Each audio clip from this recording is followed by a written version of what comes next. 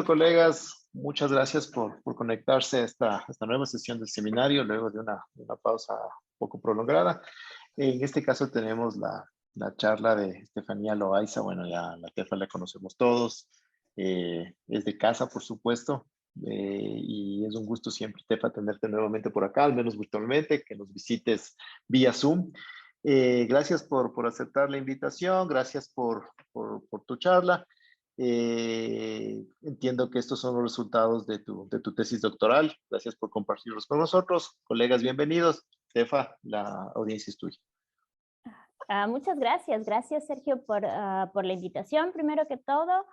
Y bueno, sí, para mí es en realidad, me emociona muchísimo poder volver al Modemat, en el seminario, así sea virtualmente, porque a la final es el lugar en donde yo empecé a dar mis primeros pasos en la investigación y creo que en realidad como centro de investigación y como grupo tuvo un rol fundamental en mi decisión de continuar en la academia. Así es que más feliz aún de poder compartir con ustedes, como dijiste, los resultados de mi tesis doctoral, la cual la realicé bajo la supervisión de Roland Herzog en la Universidad de Heidelberg. Y bueno, el título yo diría que el tema principal o por donde quiero empezar es hablando sobre qué es la optimización de forma.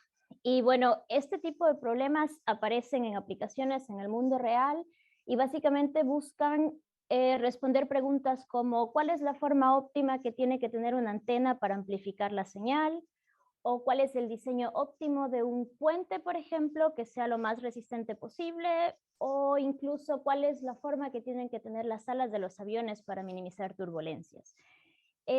Cuando este tipo de problemas empezaron, en realidad venían como que un poco el problema mucho de la ingeniería, entonces las soluciones que se encontraban en un inicio eran más bien heurísticas y no había mucha teoría o matemática por detrás.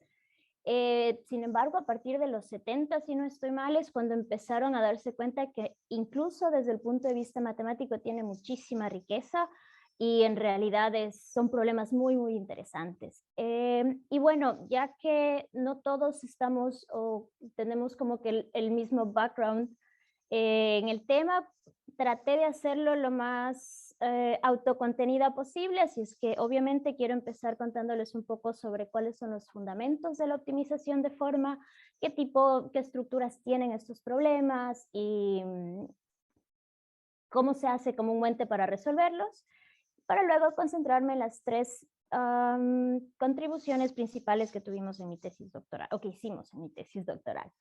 Que sería la definición de este conjunto o de esta variedad de mallas, el diseño, se podría decir, de las métricas completas de Riemann para estas variedades, y bueno, luego la aplicación de estos conceptos a la resolución numérica de problemas de optimización de forma, en especial cuando están restringidas por ecuaciones diferenciales parciales. Bueno, este tipo de problemas se pueden formular generalmente de esta manera. Entonces tenemos un funcional de forma tal cual lo tendríamos en control óptimo, por ejemplo.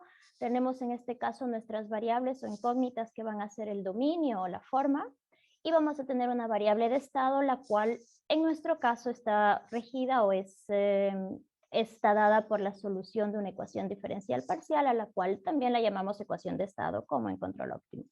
Básicamente, bueno, sí, debido a esta formulación se podría decir que los problemas de optimización de forma también son problemas de control óptimo, pero en este caso la particularidad es que las variables son nuestras incógnitas e incógnitas ahora son los dominios. Y esto genera un poco más de dificultades, entonces tenemos que empezar a pensar cómo vamos a poder representar o cómo podemos representar nuestras formas o nuestros dominios. Voy a tratar de usar formas y dominios indistintamente, así es que, bueno, espero no confundirlos mucho, pero ya, entonces formas o dominios, ¿cómo los vamos a representar? Y obviamente, puesto que estamos trabajando con problemas de optimización, eventualmente quisiéramos saber si es que podemos calcular derivadas con respecto a estos dominios. Y esto es justamente, bueno, algunas de las posibilidades que tenemos, les voy a contar a continuación. Con respecto a las representaciones, pueden haber representaciones continuas o discretas de nuestras formas o de nuestros dominios, por darles una idea, continuas pueden ser, por ejemplo, reparametrizaciones de funciones por longitud de arco, campos de fase, conjuntos de nivel. Entonces, el gráfico que ustedes ven aquí es, por ejemplo, cómo cambiarían nuestras formas o nuestros dominios dependiendo, bueno, cuando las consideramos representadas o descritas por conjuntos de nivel. En el caso de, si quisiéramos considerar estas formas como objetos discretos, entonces obviamente necesitamos más bien como, bueno, poder representarlas a través de un número finito de información. Entonces, por ejemplo, aquí tenemos estos que, bueno, en inglés se llaman landmarks, que son como, se podrían traducir como puntos de referencia, o podríamos pensar que nuestras formas son cadenas poligonales cuando solo estamos interesados en la frontera. O si estuviéramos interesados también en el interior, por ejemplo, podríamos representarlas como mallas triangulares o cuadrangulares. Con respecto a cómo vamos a calcular las derivadas de estos funcionales de forma, lo primero que tenemos que preguntarnos, o al menos entender, es, bueno, recordando la definición de derivada, ¿qué es lo que yo necesito? Necesito obviamente evaluar mi función en una perturbación de mi variable. ¿Y qué significa perturbar las formas o los dominios? Entonces existen dos métodos, al menos los más conocidos, que asumen ciertas cosas y me permiten definir perturbaciones de formas, y son, por ejemplo, la perturbación de la identidad, en la que yo asumo que tengo un vector, un campo vectorial B en este caso, o en el caso del gráfico el teta, el que me va a decir, bueno, cada punto de mi forma o de mi dominio se va a mover así, así, y entonces la familia esta de bueno, los funcionales que yo defino y los cuales me van a permitir definir esta perturbación de la forma están dados por esta expresión aquí, es decir, a cada punto que estaba en mi forma inicial le voy a añadir lo que sea que me diga mi campo vectorial y para un tiempo determinado. Obviamente, si yo quiero garantizar propiedades de regularidad de los dominios o entre otras cosas, este tipo de perturbaciones sirven siempre y cuando el t sea relativamente pequeño. Hay otro método que es un poco más complicado, es el método de la velocidad, en el cual asumimos que yo voy a representar los puntos o mi nueva forma en general, digámoslo así, a través de la solución de una ecuación diferencial ordinaria, que también depende eventualmente de un campo vectorial. Solo para que tengan una idea general de cómo funciona, y es básicamente esto de la perturbación de las formas. Una vez que tenemos estas perturbaciones, como les había dicho, podemos usar una definición que estamos bastante familiarizados con ella, es cómo definimos una derivada, en este caso es una semiderivada euleriana, en la cual vamos a medir exactamente el cambio que va a tener el valor de la función objetivo para mi forma perturbada, y cuando era en la forma sin perturbar, y bueno, si es que este límite existe y si es que el funcional asociado para cada campo vectorial es lineal y continuo, entonces decimos que esta es una función que es diferenciable en el sentido de las formas. Y bueno, una vez que tenemos entendemos cómo calcular derivadas de forma, obviamente este tipo, podríamos caracterizar las condiciones de optimalidad, pero sin embargo muchos de estos problemas no tienen una solución explícita, entonces obviamente si queremos entender, lo que tenemos que hacer es resolverlos numéricamente, y eso es a lo que me refiero con estos esquemas de solución. Existen dos, al igual que a los que estamos acostumbrados en control óptimo, y que sería exactamente el de optimizar y luego discretizar, es decir, yo voy a escoger una representación continua de mis formas, voy a escoger un método de perturbación continua, calcular la derivada desde un punto de vista o en un espacio funcional, y solo en una etapa final voy a discretizar y luego sí a codificar todo en la computadora y a resolver el problema ya con métodos de optimización en dimensión finita. Obviamente tenemos el esquema contrario, que es el de discretizar y luego optimizar, que significa que yo voy a empezar con una forma que ya es discreta, es decir, que la puedo representar con un número finito de información, y obviamente también voy a buscar que esta representación de mi forma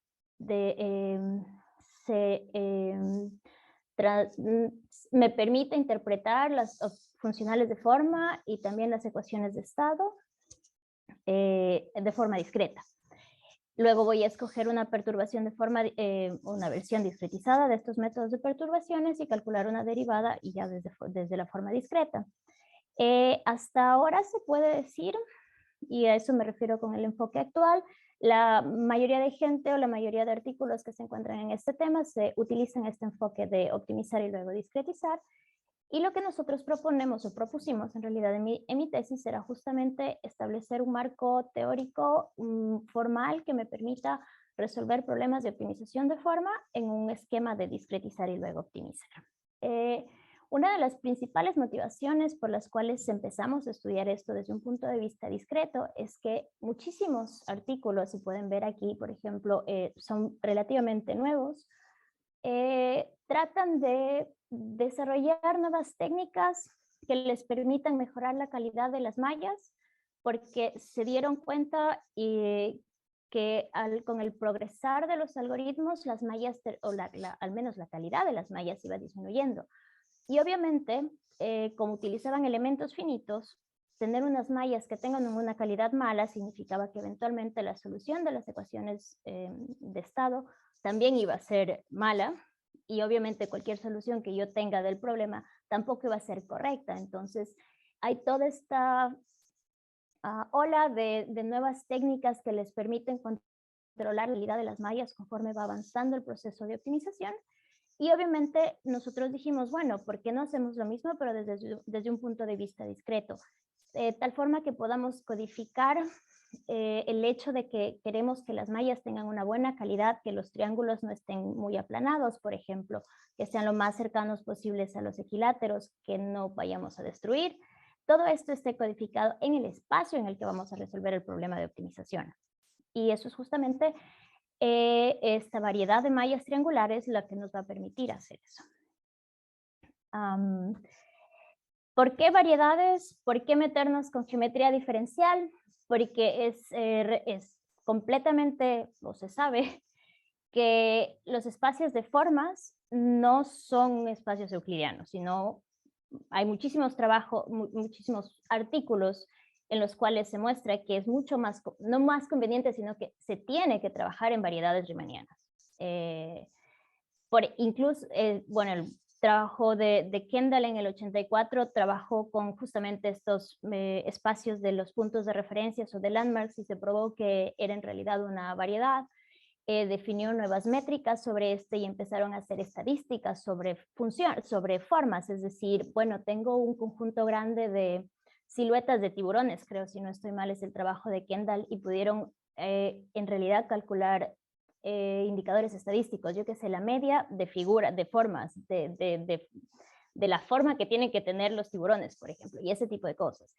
Y luego con el tiempo se dieron cuenta que los puntos de referencia eran como que se necesitaba algo más y empezaron a desarrollar estas nuevas variedades, ya variedades de dimensión infinita, como la que propone Mischel y Mumford, en las cuales ya no solo se necesitaban puntos de referencia, pero se podía hacer con curvas y bueno, han hecho muchísimas cosas basadas en esto justamente de tratar a los conjuntos de formas o de dominios como una variedad riemanniana. Y justamente es lo que queríamos hacer, pero ahora considerando mallas triangulares, o lo que hicimos en realidad. Para empezar o para tener una idea de cómo se fueron desarrollando estos conceptos,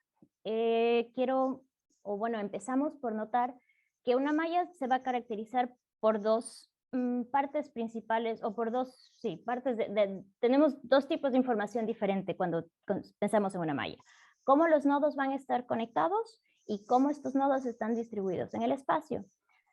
Entonces nosotros estamos interesados en tener una malla como la de la derecha.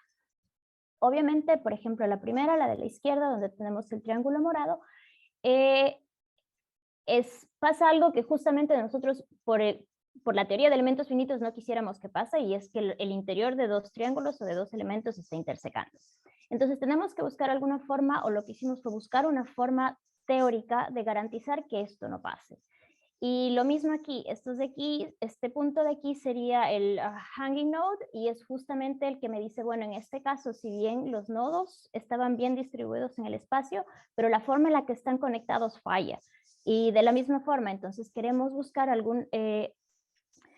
el lenguaje correcto, por decirlo así, que me permita eliminar estos dos casos y solo considerar este tipo de mallas, las de la izquierda, las de la derecha, y son las mallas a las que yo les llamo admisibles. ¿Por qué? Porque sus nodos están bien distribuidos en el espacio, pero también sus nodos están bien conectados entre sí. Y bueno, para eso, lo que hicimos o el lenguaje con el que trabajamos es el de simplicial complexes, complejos simpliciales. Y bueno, solo para que tengan una idea, voy a recorrer un poco desde los conceptos más básicos de los complejos simpliciales. Entonces, bueno, empezando por lo que son símplices en Rn. Entonces, simplemente el envolvente convexa de K más 1 puntos, y puede ser un simplex de dimensión 0 es un punto, de dimensión 1 es una línea, y así sucesivamente. Como nuestro trabajo se enfocó solo a problemas en dimensión 2, entonces vamos a trabajar hasta símplices de dimensión 2, que en realidad son triángulos. Y bueno, ahora los complejos simpliciales, existen dos tipos. Los unos son geométricos y es justamente la colección de símplices en las cuales están sus intersecciones cumplen ciertas propiedades, y es justamente que si de alguna forma los símplices se intersecan, se tienen que intersecar siempre, ya sea en un vértice, en una o en una arista. Entonces, justamente esto en rojo, o esta distribución de los nodos, por decirlo así, no sería un complejo simplicial geométrico. Con respecto a los complejos, a la otra clase de complejos simpliciales, que es la abstracta, esta información o estos son objetos meramente combinatorios, pero justamente son los que me van a decir cómo están conectados mis nodos. Entonces, bueno, esta es la definición, es simplemente que están definidos sobre un conjunto finito y es una colección de subconjuntos de este conjunto Z, de tal forma que cada subconjunto no vacío también pertenece a este complejo simplicial abstracto, que lo voy a llamar delta. Sin embargo, no era suficiente para nosotros tener un complejo simplicial abstracto, sino que necesitábamos un poco más de estructura. Y son las siguientes hipótesis que les comento ahora. Entonces, la primera era que nosotros necesitamos que este complejo simplicial abstracto sea puro, es decir, que la dimensión de todos sus elementos sea la misma. No importa si la idea es que los gráficos nos ayuden a entender. Entonces, simplemente los rojos son, en este caso, no es puro, y entonces el tipo de complejos simpliciales abstractos con los que queremos trabajar son como los azules. La segunda es que no solo necesitamos que sea puro, sino que sea conectado por caminos de dimensión 2. Entonces, igual, el rojo es un complejo simplicial puro, sin embargo, no está conectado por caminos de dimensión 2.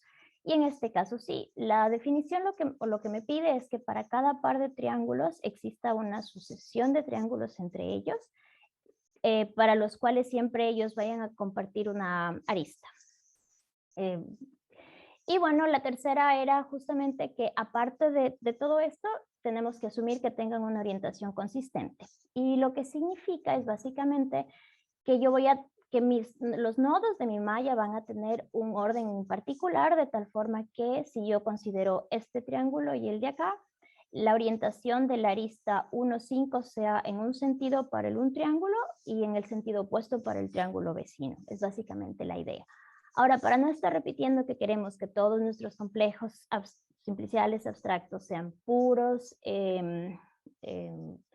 conectados por caminos de dimensión 2 y tengan una orientación consistente, a estos los llamamos complejos de conectividad, y son justamente los que van a tener la información de cómo los nodos de mi malla van a estar conectados.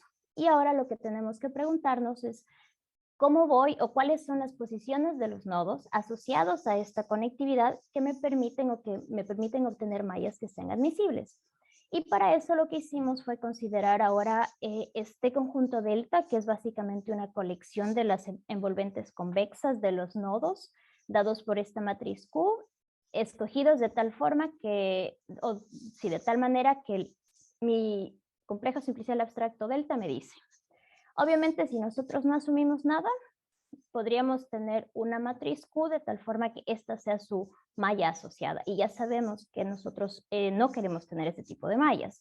Entonces, el primer espacio o el primer conjunto de mallas que nosotros consideramos es este al que le llamamos M sub 0, en el cual vamos a tomar en cuenta solo las distribuciones de los nodos que van a estar guardadas en esta matriz Q, de tal forma que esta colección de envolventes convexas sea un complejo simplicial geométrico, que significaba que cualquier par de triángulos que intersequen pueden intersecar solo en un punto o en una arista. Entonces, de esta forma podemos ahora garantizar que todas las mallas con las que vamos a trabajar se van a ver de esta manera.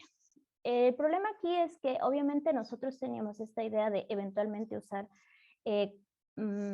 métricas riemannianas completas, y para eso necesitamos trabajar en un conjunto que sea conexo. Entonces necesitamos, se podría decir, ¿cuál es la palabra? Considerar, como que afinar podría ser, pero bueno, considerar espacios o conjuntos un poco más pequeños de tal forma que yo pueda garantizar que el espacio en el que yo voy a trabajar sí sea conexo.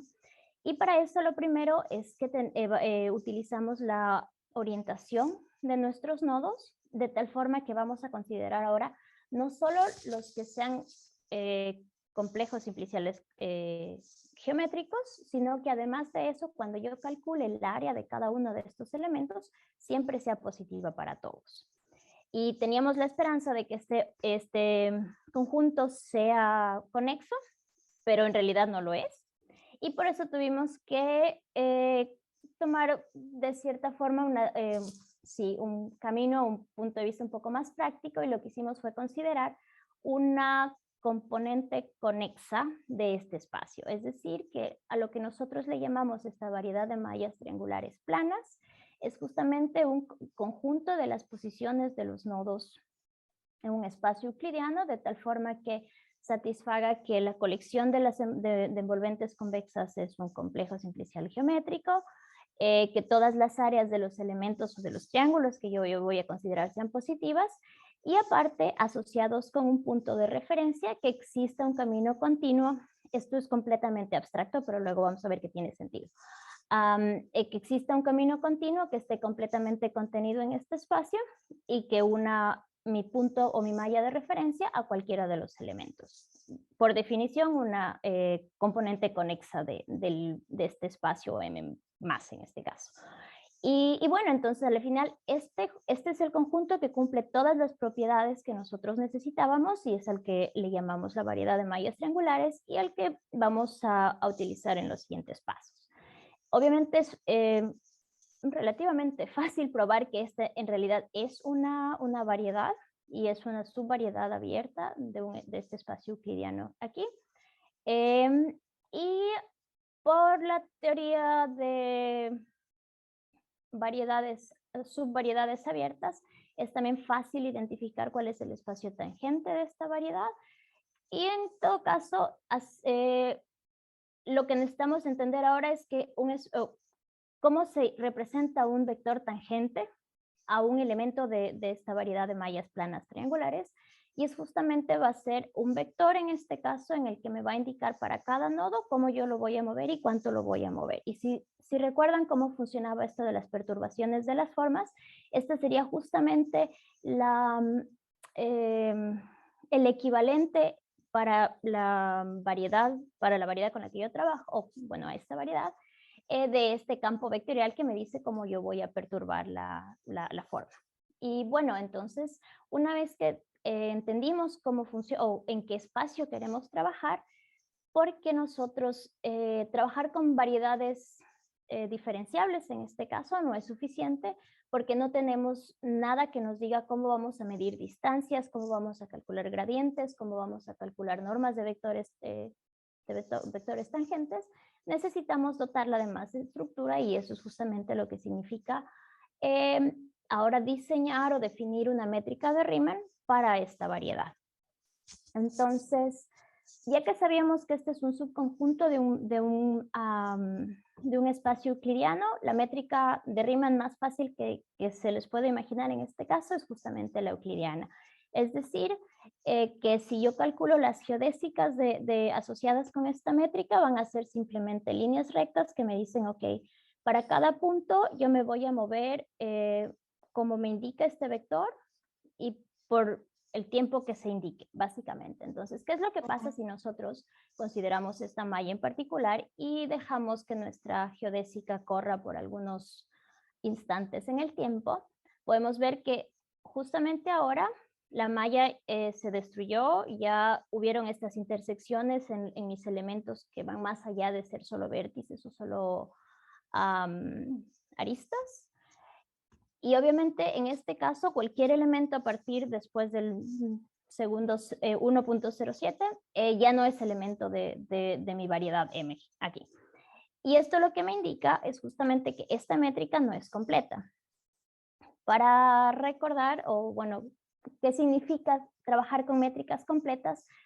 Por definición es justamente la que se dice que no importa en qué punto de mi variedad yo esté, no importa qué vector tangente yo utilice y no importa qué tan largo mi geodésica corra, por decirlo así, todos los elementos van a estar y siempre van a pertenecer a mi variedad. ¿Qué significa eso para nosotros en las mallas? Es que no importa el vector tangente sea súper grande o me indique que eventualmente las mallas se pueden destruir o cualquier cosa, si es que yo sigo geodésicas asociadas con una métrica completa, nunca voy a poder destruir mi malla y tampoco van a tener una calidad mala eventualmente. Y es justamente lo que nosotros necesitábamos desde el punto de vista práctico, pero ahora traducido un poco al lenguaje un poco más formal.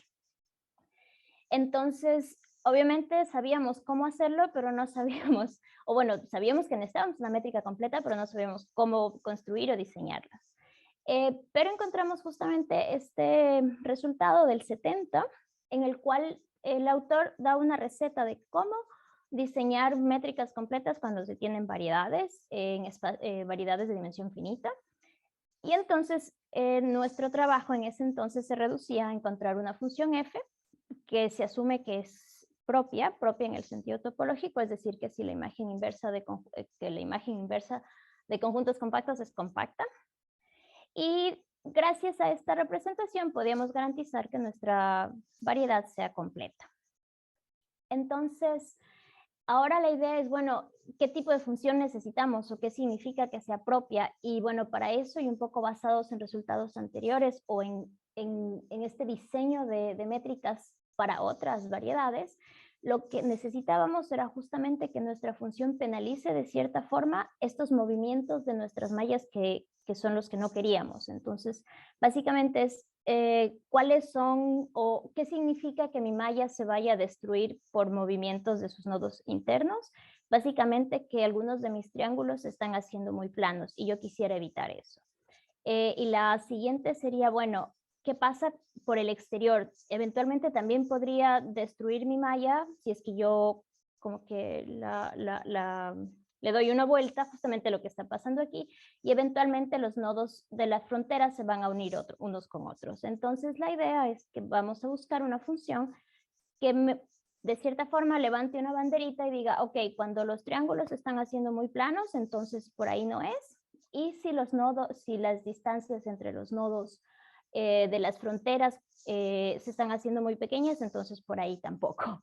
Y eso es básicamente lo que hace esta función, en la cual, bueno, nosotros la llamamos de augmentation function, porque es justamente la que vamos a aumentar para que la métrica sí sea completa.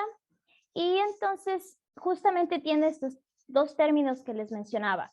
Voy a penalizar cuando la altura al menos una de las alturas de alguno de los triángulos en mi malla vaya hacia 0, este valor se va a ir infinito. Y lo mismo si es que yo considero las distancias o mido las distancias entre puntos de fronteras y aristas de fronteras. Si es que estos llegan a ser muy pequeños, entonces esta función se va a infinito. Y así es básicamente como controlamos o evitamos que las mallas se destruyan.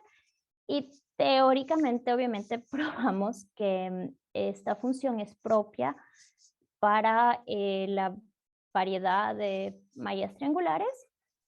Y como en en el resultado que encontramos en la receta de cómo construir métricas completas necesitábamos una regularidad específica, también trabajamos en diseñar una regularización de la distancia para que cumpla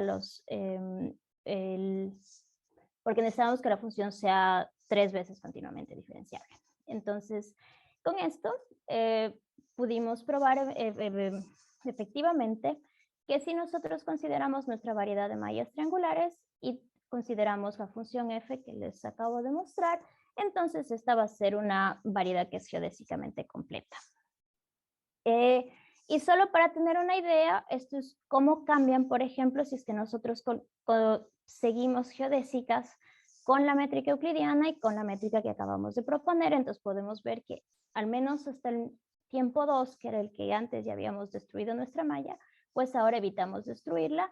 Y eventualmente lo que va a pasar si es que yo la dejo o considero una geodésica un poco más larga, es que esto se vuelva a ser, este triángulo que está casi plano vuelva a su tamaño normal. Es básicamente lo que pasa. Y bueno, con esto ahora estamos listos para aplicar estos resultados en la resolución numérica de problemas de optimización de forma. Consideramos un problema súper simple, entonces tenemos restringido por la ecuación de Poisson y tenemos esta función objetivo. Entonces la idea es que solo intento minimizar la integral de la variable de estado. Es básicamente dependiendo de cómo cambie mi dominio. Entonces, una vez que ya tenemos o que asumimos que trabajamos solo en esta variedad de mallas triangulares, nuestro problema de optimización se reduce a optimizar con respecto a la posición de los nodos. Algo que también facilita mucho las cosas es que ya que nosotros estamos considerando que la conectividad de la malla o la información de cómo los nodos se conectan es fija, entonces los funcionales objetivos en este caso son continuos y además ya había muchos resultados con respecto a cómo calcular derivadas de forma cuando se trabaja en elementos finitos. Pero algo que todavía no sonaba es, bueno, ok, ahora estamos trabajando en este espacio que se supone que es una variedad completa. ¿Qué se puede decir sobre la existencia de las soluciones? Y en realidad, como el título del slide lo dice, muchos de esos problemas no tienen solución. Y no importa si se trabaja en la variedad de las mallas triangulares, porque vamos a tener este tipo de comportamientos. Entonces, la idea es que si nosotros simplificamos incluso más el problema y decimos, bueno, yo voy a fijar los 4 nodos exteriores y solo quiero saber cómo, para este ejemplo, el valor de la función objetivo va a cambiar dependiendo de la posición de mi nodo, del nodo 5. Y aquí se puede ver que, claro, el valor más bajo que yo voy a obtener es siempre y cuando este nodo esté mucho más cerca de la frontera, que es exactamente lo que significa que yo estoy buscando un problema de optimización en un espacio que es, o que mi solución no pertenece al espacio en el que yo lo estoy buscando, básicamente. Y este tiene un poco el comportamiento de estos problemas ill-post, entonces nosotros quisimos contrarrestar esto considerando un problema penalizado, es decir, vamos a añadir una función f aquí que tenga ciertas propiedades y que me garantice que las soluciones de los problemas de optimización van a pertenecer exactamente a este conjunto. En este caso, lo que probamos fue que si nosotros consideramos esta función f como una penalización que sea propia, en el sentido topológico otra vez, entonces podemos garantizar que este problema va a tener al menos una solución óptima. Y bueno, como se pueden imaginar, ya tenemos una función propia, que era justamente la que diseñamos para las métricas completas, entonces sería el primer candidato.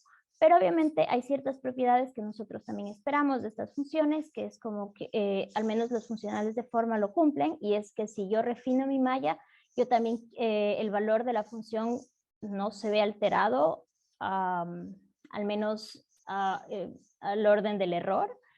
Quisiéramos algo parecido con esta función, pero la que nosotros o la que yo les mostré en un inicio no lo cumple y por eso trabajamos con otra función que básicamente tiene términos muy parecidos a los anteriores. En este caso, este término proviene de un criterio de las calidades de las mallas en elementos finitos, pero también lo utilizamos en este caso para nuestra función. Y los otros términos serán los que ya conocíamos, los que me dicen cuándo no tengo que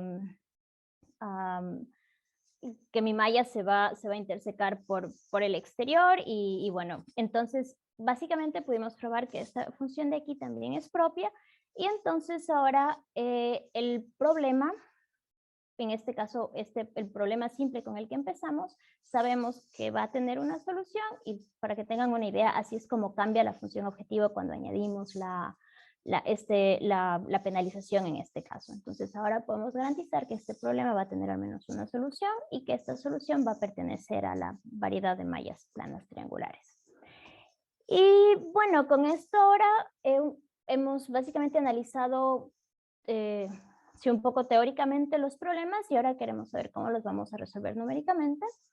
Así es que lo que hicimos, el método más simple, incluso en variedades, es trabajar con el método del descenso más profundo. Para que se hagan una idea, la única diferencia es que, bueno, mi derivada primero tiene que ser transformada a un gradiente que va a pertenecer al espacio tangente y luego yo tengo que tomar una decisión.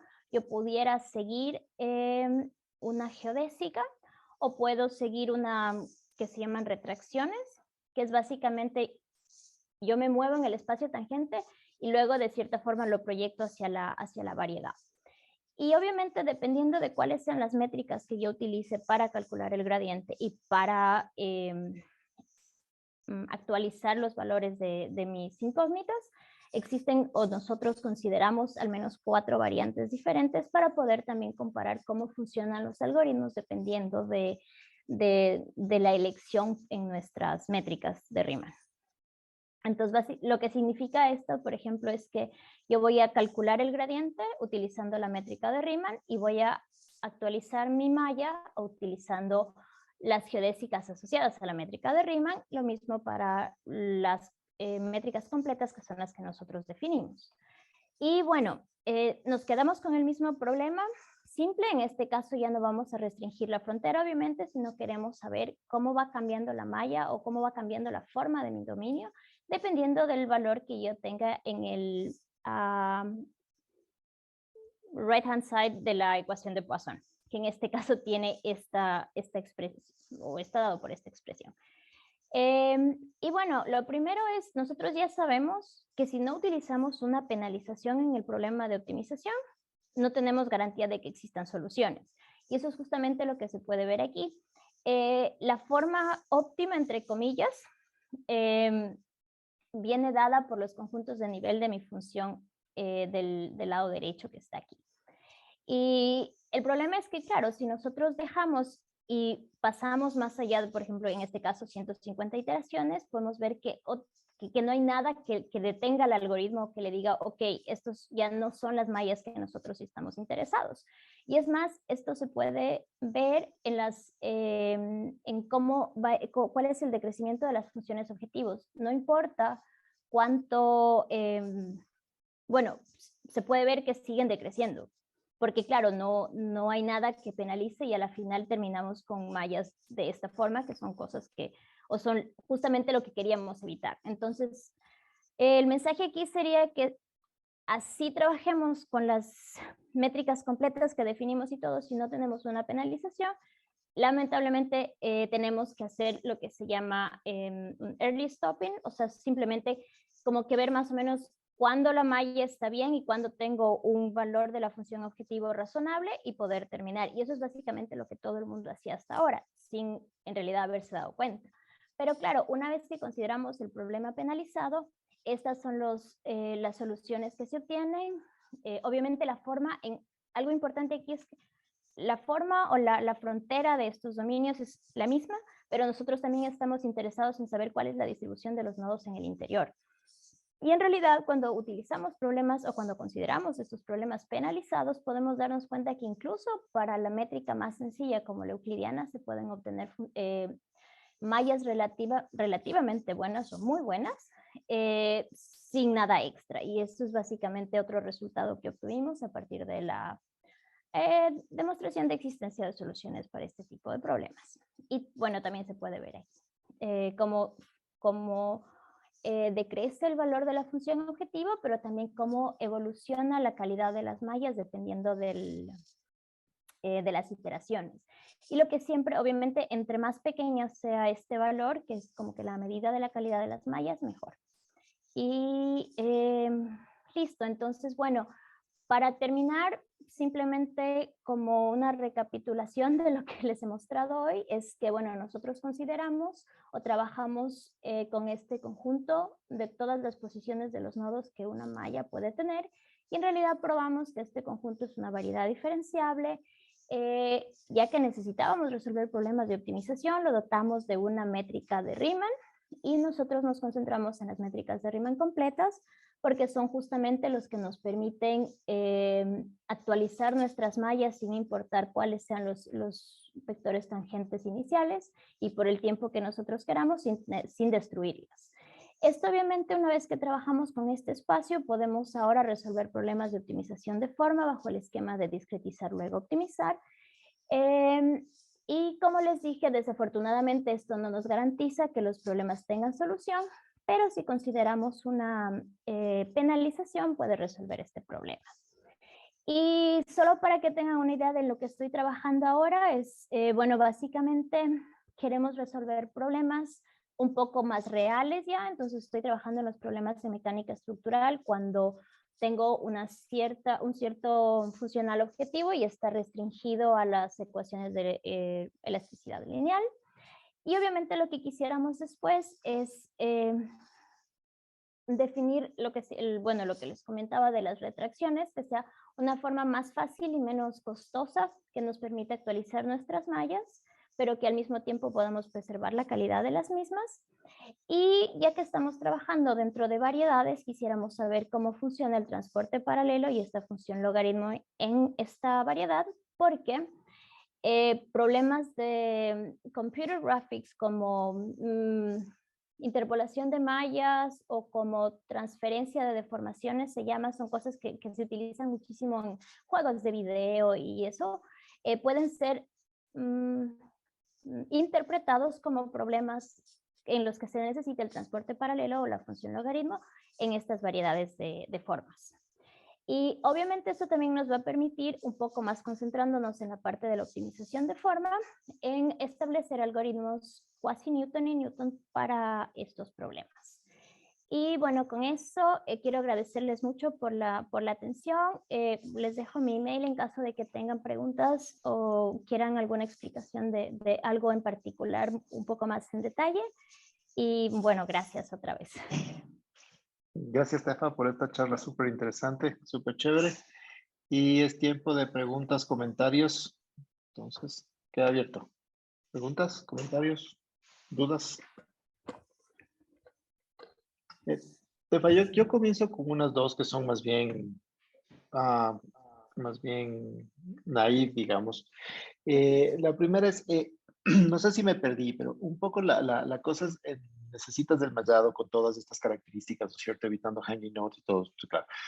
¿Necesitas hacer siempre un mallado ad hoc para el problema o puedes trabajar con un mallado regular de CRLE, por ejemplo, y luego depende más de la forma en la que definas tu métrica y el movimiento, o siempre necesitas vos tener un mallado específico para el problema que tienes?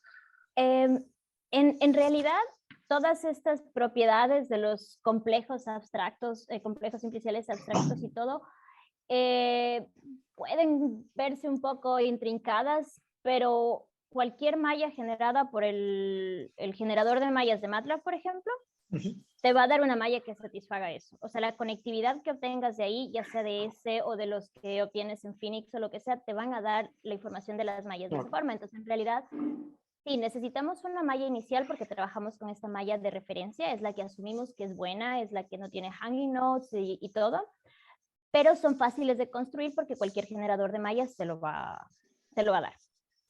Ok, chévere. Pedriño, tienes una pregunta. Sí, por favor.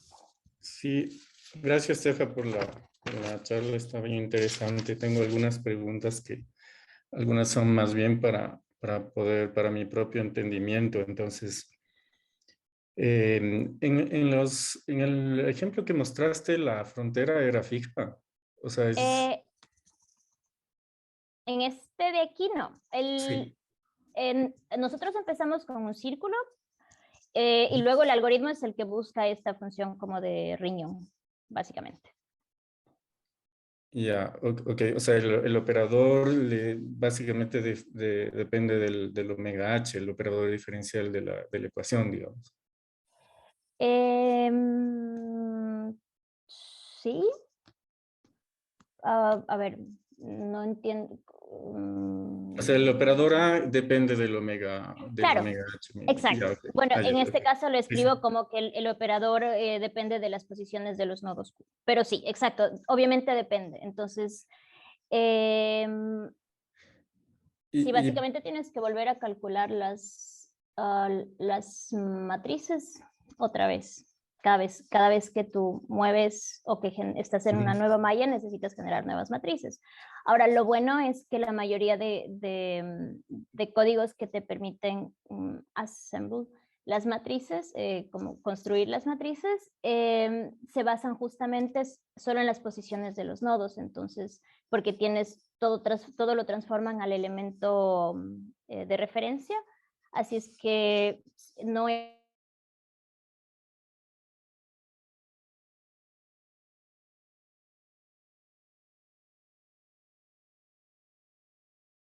no te lleva tanto tiempo. Lo que cambian son los valores que van a cambiar, que serían el área de cada elemento, por ejemplo. Pero la matriz sigue siendo la misma porque los nodos están conectados de la misma manera. Entonces es un poquito más eficiente, pero Ah, sí. y ya, ok, pero entonces, como mencionaste de que no tienes existencia de solución, o sea, por ejemplo, depende mucho desde dónde, desde qué malla inicias. Por ejemplo, si es que inicias de una malla como la última, esa así medio chueca, depende mucho el algoritmo de eso. Sí, definitivamente. Primero porque básicamente nuestra variedad depende de la referencia, de esta malla de referencia, y en el algoritmo nosotros usamos la malla de referencia como la inicial. Entonces asumimos que al menos los valores de esta función f propia o la penalización son buenos, al menos en el punto inicial de nuestro algoritmo. Entonces, claro, si es que nosotros empezáramos con una malla así, seguramente nunca he hecho la prueba, pero me imagino que el algoritmo va a tener bastantes dificultades en encontrar, en incluso transformar derivadas en gradientes, porque sabemos que el valor de los gradientes depende mucho de cómo está o de cómo está mi malla. Entonces, sí, sí, debe definitivamente generar algún problema en el algoritmo. Y otra sí, idea súper naif, como es, normalmente hay algoritmos que te hacen un remallado, ¿no es cierto? Una vez que tienes la forma, por ejemplo, de la frontera, tienes algoritmos que hacen un remallado donde satisface ciertas propiedades de regularidad de la malla. Entonces, no sé si utilizan esto para reinicializar el algoritmo, no sé. Sí, o sea, básicamente lo que se hacía hasta ahora, lo que mucha gente en optimización de forma hacía, era justamente eso. Entonces tú dejas el algoritmo moverse hasta que tus mallas ya no den más, luego reinicializas la malla y sigues. El problema es que esto genera discontinuidades en la función objetivo. Entonces también puede ser que de cierta forma te estés perdiendo cierta información por cambiar la malla. Y luego viene otra vez el hecho, o es más o menos lo que nosotros queremos como que un poco convencer, es que el hecho de que tú cambies la conectividad o que reinicies la malla también significa volver a recalcular las matrices, algo que nosotros no tenemos que hacerlo porque mantenemos la conectividad, pero definitivamente esa es una solución. Y es lo que se ha venido haciendo hasta ahora, sí. Es como lo intuitivo, ¿no? Pero ya, Ah, a ver. Y la última pregunta que tenía es con respecto a la extensión de este tipo de técnicas. Si no utilizas, o sea, cuando tú defines complejos simpliciales, ¿esto también involucra o incluye las mallas cuadrilaterales? no. No, porque se supone que los complejos simpliciales siempre son colecciones de símplices, y los Ah, símplices en ok. 2 dimensiones serían triángulos. De ahí lo que podrías hacer es la extensión a 3 dimensiones, pero igual tendrías que trabajar con tetraedros. Eh, pero debe haber algún tipo, no necesariamente complejos simpliciales, pero algún tipo equivalente de lenguaje, por llamarlo de alguna forma, en la que te permita también considerar otro tipo de figuras geométricas, no solo triángulos. pero eso sí no tengo ni idea, la verdad. Pero sería muy interesante como que pensar en cómo hacerlo, porque claro, a la final hay muchos problemas Claro. que funcionan mejor en mallas cuadrangulares que en mallas triangulares. Y sí, justamente los de las alas de los aviones son los que... Exacto. Ok. Gracias, Stefan. Ok, Chévere. de nada. Chévere. ¿Más preguntas? Yo tengo otrita, si es que Claro. igual Obvio. es medio naive, pero verás, un poco cuando defines esta función F, ¿no? La augmentation function. Ujú. Entiendo que lo haces con esa regularidad específica, esta C3, ¿no es cierto? Porque es un poco Ujú. lo que te demanda este artículo. Pero, Exacto. y en particular me llamó la atención esta regularización que haces de la distancia y tal. ¿Han explorado la posibilidad, o más bien dicho, la pregunta es, ¿te afecta mucho eso en términos de resultados, esa regularidad específica, o valdría la pena investigar o bajar esa regularidad a tener menos, o sea, una función continua o algo así, la misma distancia original, etcétera, etcétera? ¿O no es algo que te afecte demasiado la aproximación o los resultados? Eh, Es una excelente pregunta. Y la verdad es que por el momento nosotros hicimos una especie de simplificación porque asumimos desde un inicio que conocemos como que el comportamiento del problema de tal forma que no vamos a necesitar este término que es el único que falla en la regularidad. Así ¿Ya? es que consideramos una especie de funciones threshold que te permitan seguir teniendo la propiedad de completitud de tu métrica sin necesidad de utilizar este término, siempre y cuando asumas que las distancias entre los nodos de frontera y las aristas de frontera sean lo suficientemente grande. Es algo bastante técnico, pero nos permite, y es más, nos permite resolver los problemas hasta ahora sin utilizar este término. Justamente ahora estoy trabajando en la revisión de este paper y obviamente fue una de las preguntas del revisor en que, bueno, pero y este término nunca aparece, y entonces, ¿qué? Así es que ahora estoy diseñando un ejemplo en el que vamos a poder ver cómo funciona de verdad, pero sí, definitivamente sería interesante saber, no estoy muy segura porque no ahondé mucho en el estudio de por qué se necesita específicamente que sea C3, es básicamente porque la variedad a la final se utiliza el hecho de que esté embedded en otro espacio, pero también sería interesante en saber qué pasa si es que yo no tengo una función C3, sino algo menos regular. Definitivamente sería bastante. Pero por ahora lo que sí te puedo decir que en un par de meses, espero que menos, te puedo decir al menos cómo numéricamente funciona cuando se incluye este término. Pero por ahora todavía no sé. Ok. Gracias. Okay. No sé si hay más comentarios o preguntas. Bueno, de no ser el caso, Tefa, muchísimas gracias nuevamente por tu charla. Un gusto haberte tenido en casa, Gracias. al menos por Zoom. Gracias a todos por conectarse. Bueno, Tefa, o sea, tú siempre eres bienvenida, así que cuando estés por acá, las puertas, si es que nosotros podemos llegar, te recibiremos encantados, seguro, en el modelo. Gracias, colegas. Muchas Nada, nos gracias. esperamos en las charlas que están por venir. Una buena tarde, gracias, suerte. Gracias. Chao, Gracias, gracias, suerte a Stefan. todos. Chao. Gracias. Bye, bye. Chao, qué Que gusto estén bien. verlos.